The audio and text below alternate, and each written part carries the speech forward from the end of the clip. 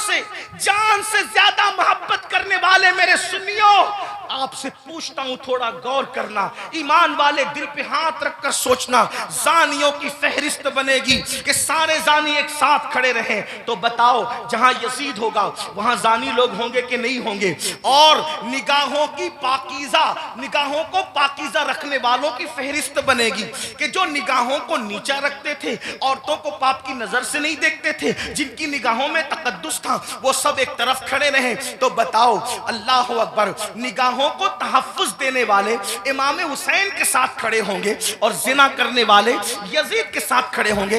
अगर क़यामत में ऐसा हो गया, अगर हो गया कि बेनमाजी एक साथ रहे और नमाजों की पाबंदी करने वाले एक साथ खड़े रहे, तो बताओ यजीद के साथ खड़े होंगे कि नहीं होंगे बेनमाजी? और जो नमाजों को तहफ्फुज देते थे वो उस शहीद के साथ खड़े होंगे कि नहीं होंगे, जिसने सर को सजदे में कुर्बान किया है, सर सजदे में कुर्बान किया है।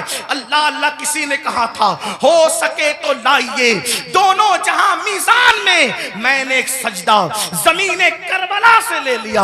अल्लाह अकबर। बताओ मुसलमानों, तो पता चला ये नजरियात की जंग है, ये नजरियात की जंग है। आपसे पूछूं, जंग में जब इंसान जाता है, जंग में जब इंसान जाता है फौज लेकर जाता है, बहन लेकर नहीं जाता। जंग में इंसान जाता है फौज लेकर जाता है, बीबियां लेकर नहीं जाता। जंग में इंसान जाता है, अल्लाह अकबर, फौज लेकर जाता है, सौतेले भाई लेकर नहीं जाता। जंग में इंसान जाता है 6 महीने का बच्चा लेकर नहीं जाता। इमाम, आप जंग में भी जा रहे हैं, और कुछ लोग तो ये कहते हैं कि चलो इत्तेफाकी हादसा हो गया। इत्तेफाकी हादसा आपके मौर्रिखीन के लोगों के लिए कहने को है, वरना रसूलुल्लाह के घर का बच्चा बच्चा जानता था। आका ने इतनी तफसील से करबला बयान की थी। इब्ने अब्बास कहते हैं कि नबी के घर के बच्चे बच्चे को पता था कि हुसैन मैदान करबला में खड़े जब वो शहीद होंगे जंगे सिफ़ीन के मौके पर। मौलाए कायनात जब करबला के करीब से गुजरे तो रोए, फरमाया यहाँ हुसैन के ऊंट बैठेंगे, यहाँ उनके कजावे रखे जाएंगे।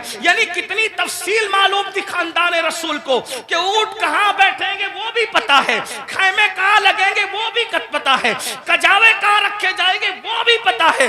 आप कहते हैं हादसा हो गया, लेकिन ये हकायक है, सच्चाई है। इमाम, आप जंग के लिए जा रहे हैं, लेकिन बीबियां ले जा रहे हैं, जंग के लिए जा रहे हैं, बहनें ले जा रहे हैं, जंग के लिए जा रहे हैं, बेटियां ले जा रहे हैं, जंग के लिए जा रहे हैं, बच्चे ले जा रहे हैं, जंग के लिए जा रहे हैं, सौतेले भाई ले जा रहे हैं। ऐसा क्यों?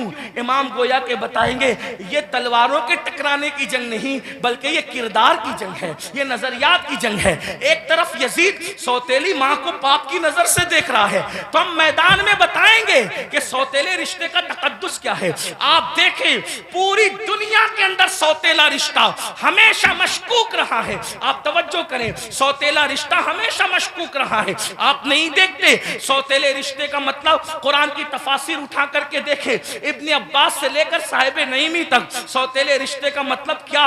हजरत याकूब अलैहिस्सलाम की बीवी जो हजरत यूसुफ अलैहिस्सलाम की सौतेली माँ है, अल्लाह अकबर, वो अपने बेटों को बता रही है, अल्लाह अकबर, कि तुम्हारे सौतेले भाई ने ये ख्वाब देखा है। इसी तरह है ना, सौतेले भाई हाथ का पानी छीन करके जमीन पे डाल रहे हैं, सौतेले भाई हाथ की रोटी छीन करके कुत्ते को डाल रहे हैं, सौतेले भाई मार पीट करके कुएं में फेंक रहे हैं। यही तो सौतेला रिश्ता लोग जानते हैं। मगर कुर्बान जाए, इमाम आली मकाम सौतेले भाइयों को करबला में ले जाकर और फिर उनकी वफा का इजहार करके बता रहे, आखिरकार इमाम हुसैन ने सौतेले भाइयों के साथ सुलूक क्या किया होगा कि सौतेले भाई अपनी जान से ज्यादा अपने सौतेले भाई से प्यार कर रहे हैं। कोई किसी पर यूं तो नहीं मरता, कोई किसी से यूं तो प्यार नहीं करता। अब आपसे पूछता हूं, हुसैन पाक का सौतेला भाई सबसे ज्यादा मोतबर बावफा है, जिसे दुनिया गाजी अब्बास के नाम से जानती है। आपसे पूछता हूं, वफा का दूसरा नाम अगर करबला के बाद हमसे कोई पूछे तो हम हजरत गाजी अब्बास का नाम लिया करते हैं। शिमर ने अल्लाह अकबर रिश्तेदारी की वजह से हजरत अब्बास को अमान लिखी, उनके भाइयों को अमान लिखी, तो हजरत अब्बास ने कहा, शिमर तुझ पर भी लानत है और तेरी अमान पर भी लानत है। वल्लाह तूने नबी के शहजादे को अमान नहीं दी, उनको काटना चाहता है, हमें बचाना चाहता है। हुसैन के बाद जिंदा रहने को हम पसंद ही नहीं करते। ये एक सौतेले भाई का जज्बा। अब आपसे पूछता हूं, अगर आप करबलाई है, अगर आप हुसैनी है, तो इस मजमे में अपने दिल में सोचो, आपके सगे भाई के साथ आपका सलूक क्या है? करबला सिर्फ काले कपड़ों का नाम तो नहीं है ना पहनने का। करबला सीना पीटने का नाम नहीं हमारे दरमियान। हमारे दरमियान करबला उसवे मुस्तफा की तफसीर का नाम है। हमारे नजदीक करबला बद्र ओहद के मकसद की तकमील का नाम है। आप समझते क्या है करबला को, लेकिन हमारे अंदर करबला कहाँ है? हमने रस्मी और इसमी करबला को तो देखा, हमने हकीकत करबला को नहीं देखा। बताओ आप और हमारा जज्बा भाई के बारे में क्या है? यही ना, उसका खेत हड़प कर लिया, उसका हिस्सा हजम कर लिया, उस पर केस कर दिया, उसके खिलाफ खड़े हो गए, उसकी बेटी को अच्छे रिश्ते आते तो आपको पसंद नहीं आता, आपको हजम नहीं होता। बताएं तो सही, उसके घर में बेटे ही बेटे पैदा हो तो आपको तकलीफ होती है। ये आपका मामला सगे भाई के लिए, और वहां सौतेले भाई के साथ अंदाज क्या है सरकार गाजी अब्बास के साथ देखें। फिर उसके बाद इमाम अपनी बहन को करबला में लाए। जब इमाम किसी की कोई बात नहीं मानते, तवज्जो करना, जब इमाम किसी की कोई बात नहीं मानते तो सैयदा ज़ैनब खड़ी होकर कहती है, भैया ये कर लो, भैया ये कर लो। बहन की कोई बात नहीं टलती। गोया कि हुसैन बता रहे वहां बहन का कोई तकद्दुस नहीं है, और यहां बहन के तकद्दुस का आलम यह है कि बज़ाहिर अगर हजरत इमाम के अपनी फिक्र के खिलाफ बहन बात कर रही है तो इमाम उसको ही मानते नजर आ रहे। किसने नहीं कहा था कि अली असगर को ले जाएं और यजीदियों से कहें कि पानी पिलाते?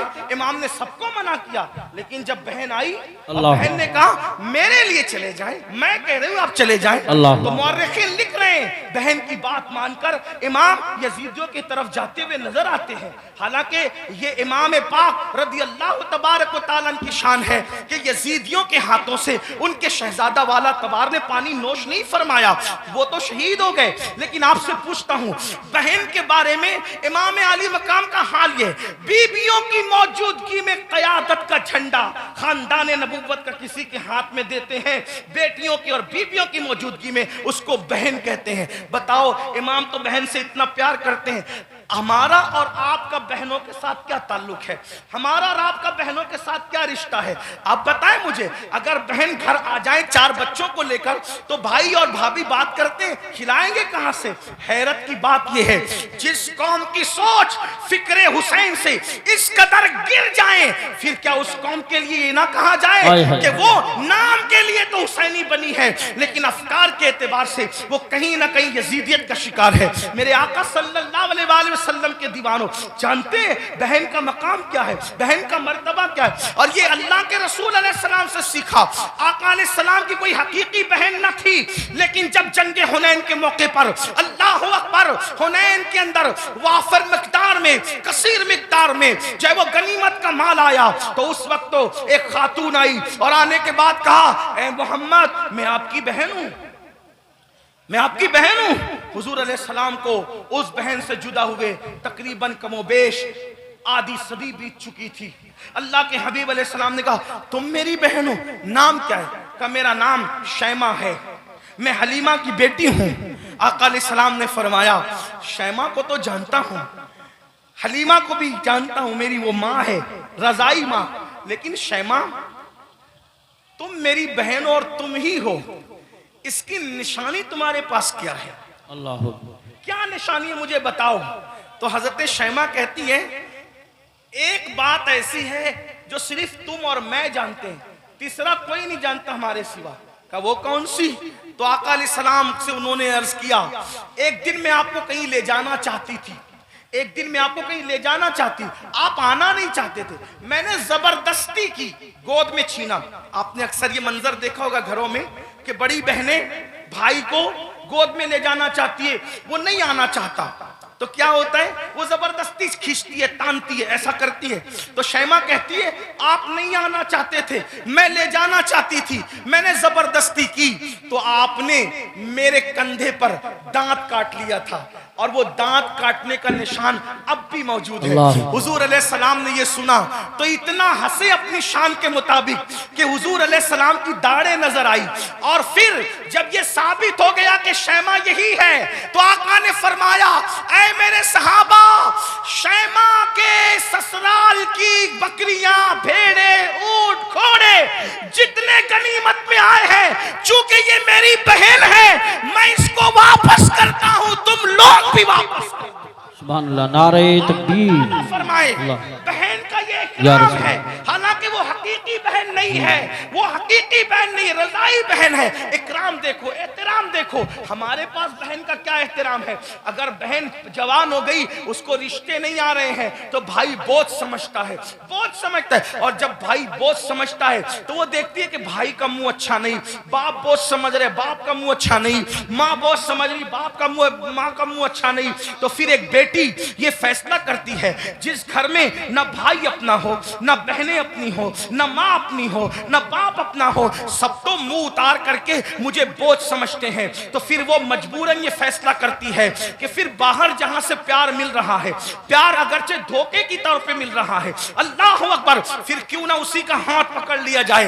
याद रखना मुसलमानों, आज हमारे मिंबरों से ये बात हो रही है कि हमारी बेटियां भाग रही हैं, भाग रही हैं, भाग रही हैं। मुफक्किरीन यूट्यूब चैनलों पर भी कह रहे हैं। पहली बात तो मैं दो बात करना चाहता हूं। नंबर एक, मिंबरों से इस बात को बहुत मुबालगे के तौर पे बयान न किया जाए, ये मेरी गुजारिश है, वरना कल मुस्तकबिल में, अल्लाह अकबर, मुस्तकबिल में कल लोग इन्हीं तकरीरों को बुनियाद बनाकर, इन्हीं अखबारात के आर्टिकलों को बताकर हमारे बच्चों को ताना देंगे कि तुम्हारी बेटियां तो भगोड़ी थी, भगोड़ी।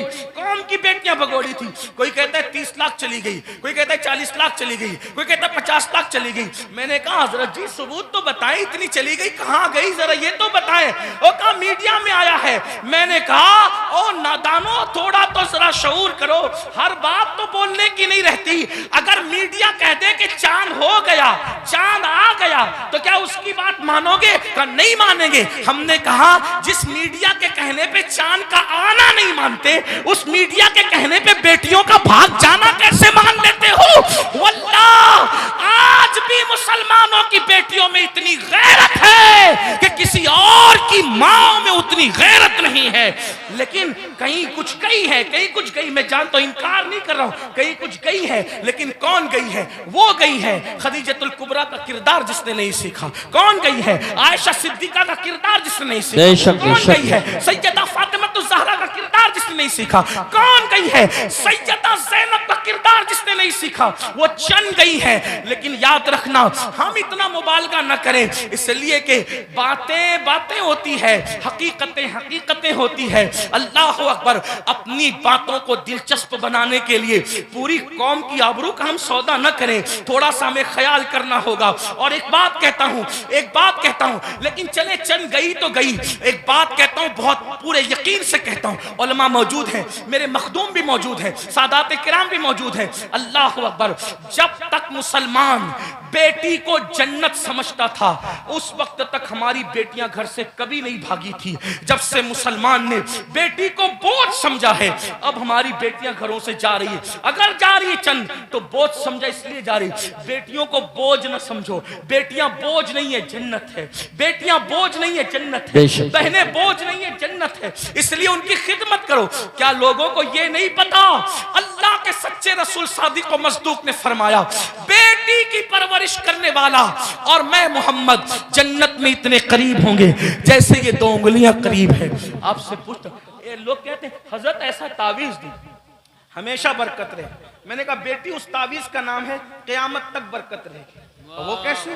का हदीस पाक में आता है, जिस घर में बेटी पैदा होती है उस घर में फरिश्ते आते हैं और उसको चारों तरफ से घेर कर कहते हैं, ऐ कमजोर जान से पैदा होने वाली कमजोर जान, जिसके घर में तू पैदा हुई, हम क़यामत तक अल्लाह के हुक्म से उसकी मदद करते रहे। अब बेटी पैदा हो तो मदद यूं उतर रही है और हमने बेटियों को बहुत समझ लिया। तो इमाम करबला में देखो बेटी से प्यार कितना कर रहे हैं। हजरत सैयदा सुकैना, जिन्हें सकीना भी कहते हैं। अब मैं जो है वो तलफ़ुज़ात के वो जो है वो भूल भुलैया में आपको घुमाना नहीं चाहता, जो लोग कहते हैं वही कहकर आगे बढ़ना चाहता हूँ। लेकिन बहरहाल हजरत सैयदा सकीना को सीने पे सुला रहे कि नहीं सुला रहे? एक बेटी का मर्तबा, करबला के खैमे में इमाम अपनी बेटी को सीने पे रख रहे हैं। आप अंदाजा तो फरमाए, चचा भतीजी के कहने पर फुरात तक जा रहा है, ये सब क्या है? भाई अपनी बहन के कहने पर, इमाम अली अकबर रज़ी अल्लाह तबारक व तआला अपनी बहन के कहने पर वो सब कुछ करते नजर आ रहे हैं, जिसको देख करके इंसान हैरत इस्तिजाब में डूब जाता है। करबला, ये भाइयों करबला, अब इख्तिताम पे सुन ले जरा सा। करबला रिश्तों की वफा का नाम, करबला रिश्तों को ताज़ीम देने का नाम, करबला मोहब्बतों का नाम, करबला एहतराम का नाम, करबला ताज़ीम का नाम, करबला कुरान के तहफ़्फ़ुज़ का नाम, करबला अकीदे की हिफाजत का नाम, और करबला हदीस के सही मफहूम को अमली तफसीर में पेश करने का नाम, करबला कुरान मुकद्दस के सांचे में ढल जाने का नाम, करबला शराब से नफरत का नाम, करबला ज़िना से नफरत का नाम, करबला जुए से नफरत का नाम, करबला बांसुरी म्यूजिक और मौसीकी के मुकम्मल खातिमे की जोदे मुसलसल का नाम, करबला सजदों के लिए इंसान क्या क्या कुर्बानी दे सकता है, इस पैगाम में खामोश का नाम करबला है। अब आपसे पूछता हूं, हमने करबला से सीखा क्या? वही गुनाह में मुब्तला, वही जराइम में मुब्तला, वही बलाओं में मुब्तला। एक बात ये भी कह दूं इख्तिताम पर, खास तौर पर आखिर में बात करते करते, मुसलमानों एक बात आपसे कह दूं, करबला तो सहाबे किराम की कुर्बानियों के तहफ़्फ़ुज़ का नाम था, लेकिन आज जब करबला का जिक्र होता है तो उन्हीं सहाबा को निशाना बनाया जाता है, उन्हीं सहाबा पे तबर्रा किया जाता है, उन्हीं सहाबा को माज़अल्लाह ये इसलिए करार दिया जाता है कि उन्होंने तो अहले बैत का हक कसब किया। और वो लड़के जो जुमा की नमाज भी 2 रकअत पढ़ के भाग कर आते हैं, ऐसे जैसे स्कूल की छुट्टी होने पर बच्चे भाग जाते हैं, वो सहाबा के किरदार पे बात करते हैं कि वो तो ऐसे थे, वो तो वैसे थे। मैं पूछता हूं, किस मुंह से सहाबा को तान करते हो? किस मुंह से सहाबा की अजमत पर उंगली उठाते हो? 2 रकअत पढ़ने की औकात नहीं है सही से, और उनके लिए उंगली उठा रहे हो जिन्होंने दीन के लिए अपना माल कुर्बान किया। आज मुसलमान कहलाना आसान है, लेकिन अल्लाह अकबर, उस वक्त जब अल्लाह अल्लाह मुसलमान कहलाए जाने पर, मुसलमान बन जाने पर पिटाइयां होती थी, पत्थर मारे जाते थे, कोड़े मारे जाते थे, चाबुक बरसाए जाते थे, भूखा रखा जाता था, सोशल बाइकाट किया जाता था। सहाबा उस वक्त के मुसलमान हैं, उनके ईमान पर ये कौम के लड़के सवाल या निशान खड़ा करेंगे जिनको तहारत के मसाइल तक नहीं पता है। आपसे पूछना चाहता हूं, वो सिद्दीक़ अकबर रज़ी अल्लाह तबारक व तआला अन्हु जिसने वो कुर्बानी दी है कि अल्लाह के रसूल ने फरमाया, जिसने इस्लाम की मदद की है सबके एहसान का बदला अदा किया जा चुका है, सिवाय अबू बकर के एहसान का बदला क़यामत में अल्लाह तबारक व तआला अता फरमाएगा। ऐसे लोगों को गासिब कहा जाता है, ऐसे लोगों को हक तलफ किसका? अहले बैत का। मुझे बताओ मुसलमानों, जरा गौर करो, उस फारूक आजम के बारे में कहा जाता है कि उन्होंने ये किया, ये किया, ये किया। आपसे पूछता हूं, फारूक आजम का किरदार पता है? फारूक आजम का किरदार मालूम है? फारूक आजम के किरदार के बारे में इल्म है? अल्लाह अकबर, आपको वो सफर याद होगा, आप वो सफर जानते होंगे। अल्लाह अकबर कि फारूक आजम मदीने मुनव्वरा से चलते, फारूक आजम मदीने मुनव्वरा से चलते और मदीने से चलते हुए बैतुल मुकद्दस जाते हैं। एक ही ऊँटनी है, अपने जवानों की खास तवज्जो, एक ही ऊँटनी है, गुलाम साथ में जा रहा है। फारूक आजम गुलाम से कहते, सवारी एक है इसलिए हम ये करेंगे, सवारी एक है ये करेंगे कि थोड़ी देर मैं बैठूंगा, थोड़ी देर आप बैठना, फिर मैं पैदल चलूंगा, फिर तुम बैठोगे, तुम चलोगे, मैं बैठूंगा। आपसे पूछता हूं, बैतुल मक़दिस तक गुलाम को इस तरह लेकर के गए कि नहीं लेके गए? आप बताएं, बोलने से पहले तोलो, किसी की भी बात सुन करके बका मत करो। जो फारूक आजम एक गुलाम की हक तलफी न करें जो फारूक आजम, एक गुलाम की हक तलफी न करें वो फारूक आजम अपनी आकाजादी सैयदा फातिमा ज़हरा की हक तलफी कैसे कर सकते हैं? आप जानते हैं, कभी गौर तो किया होता, कभी सोचा तो होता, जिससे जो सुना वही बकना शुरू कर दिया। मेरे आका अलैहिस्सलाम फरमाते हैं मेरे असहाब को बुरा मत कहो, मेरे सहाबा को बुरा मत कहो। और इसी करबला की बात करते हुए सहाबा पे तबर्रा किया जाए, मुसलमानों क्या मुंह लेकर के उठोगे? जानते हैं शिफा शरीफ में काजी अयाज रहमतुल्लाहि ताला अलैह लिखते हैं कि एक शख्स मर रहा था, उसको मौत आ रही थी, मरते वक्त उसकी जबान पे कलेमा नहीं आ रहा था, अल्लाह अकबर, उसकी जबान पे कलेमा नहीं आ रहा था। उससे पूछा गया कि तू कलेमा क्यों नहीं पढ़ पा रहा है? उसने कहा कि मैं अबू बकर और उमर के गुस्ताखों के साथ बैठा करता था। वो गुस्ताख नहीं था बल्कि गुस्ताखाने शेखैन के साथ बैठता था। अल्लाह अकबर। तो जो गुस्ताखाने शेखैन के साथ बैठे, सिर्फ बैठे, मरते वक्त तो उसकी जबान पे कलेमा नहीं आता, जो गुस्ताखी करे उसका क्या अंजाम होगा? ये दुनिया चंद दिन की है, ये दुनिया चंद लम्हे की है। बंदों की खुशी के लिए अल्लाह को नाराज न करो। वल्लाहु व रसूलुहु अहक्कु अन युर्दू, अल्लाह और उसका रसूल इस बात के ज्यादा हकदार हैं कि उनको राजी किया जाए। आज ये बहस चल रही है कि कौन कब ईमान लाया था, कौन कब ईमान लाया था। मैंने कहा किसी ने कभी भी ईमान लाया था, ईमान तो लाया था ना, हुजूर ने तो माफ किया था ना, हुजूर ने तो चादर में जगह दी थी ना। जिसको रसूलुल्लाह अमान दे दे, जिसको नबी अमान दे दे, उम्मती को हक क्या है उसको अमान से बाहर करने का? आपसे पूछना चाहता हूं, इसलिए मुसलमानों अपनी हैसियत में रहो। आला हजरत इमाम अहमद रजा मुहद्दिस बरेलवी फतावा रज़विया शरीफ में लिखते हैं आलिम रब्बानी की तौहीन करने वाला कुफ्र तक जाता है। जब आलिम रब्बानी की तौहीन करने वाला कुफ्र तक जाता है, जो सहाबा की तौहीन करे, सहाबा को गालियां दे, याद रखना स्टेज पर कुछ भी कहो, कमरे की गुफ्तगू तो अल्लाह सुन रहा है, दिलों का हाल तो अल्लाह देख रहा है। इसलिए उनके लिए दिलों में कीना न रखो, उनके लिए दिलों में अदावत न रखो। मुसलमानों क्या बात है, अगर रसूलुल्लाह ऊंट के चमड़े की नालैन पहन ले तो हम उस नालैन को सर पे रखते हैं। आखिर ऊंट का चमड़ा ना देखा, क्या देखा? रसूलुल्लाह की निस्बत देखी। तो जब रसूलुल्लाह की निस्बत की वजह से ऊंट का चमड़ा सर पे रखा जाता है, तो रसूलुल्लाह की निस्बत की वजह से असहाबे मुस्तफा की ताजीम क्यों नहीं की जाती, उनका एहतराम क्यों नहीं किया जाता? लेकिन एक बात यह भी ख्याल रखना, एक तबका वो है कि अल्लाह अल्लाह जो सहाबा को हल्का जान रहा है, सहाबा की बेअदबी कर रहा है, कमरों में बैठ करके अपने मानने वालों को उनके खिलाफ कान भर रहा है। लेकिन दूसरा तबका वो भी नजर आ रहा है कि जब अहलुल बैत पर कोई गुफ्तगू होती है तो फिर उसका मुंह उतरता है कि ये अहले बैत की फजीलत पढ़ने वाला कोई राफजी तो नहीं हो गया। हम कहते अल्लाह के बंदो, अहले बैत की फजीलत पढ़ना राफजियत नहीं है, बल्कि सहाबा की गुस्ताखी करने का नाम राफजियत है। वरना देखो अल्लाह अकबर, हमारे जितने बुजुर्गान दीन है सब ने खुल खुल कर, खिल खिल कर सहाबा की अजमत भी बयान की और अहले बैत की अजमत भी बयान की। आज अगर महफिल में नारे हैदरी लगे तो कुछ लोगों के चेहरे यूं उतरते हैं, हमने खुद मिंबर पे महसूस किया, उनके नाम नहीं जानते वो कौन लोग हैं। अल्लाह अकबर कि महफिल में अली का नारा लग रहा है, कहीं राफजियों की महफिल तो नहीं। मैंने कहा ये फिक्रे सहाबा नहीं है, फिक्रे अहले सुन्नत नहीं है।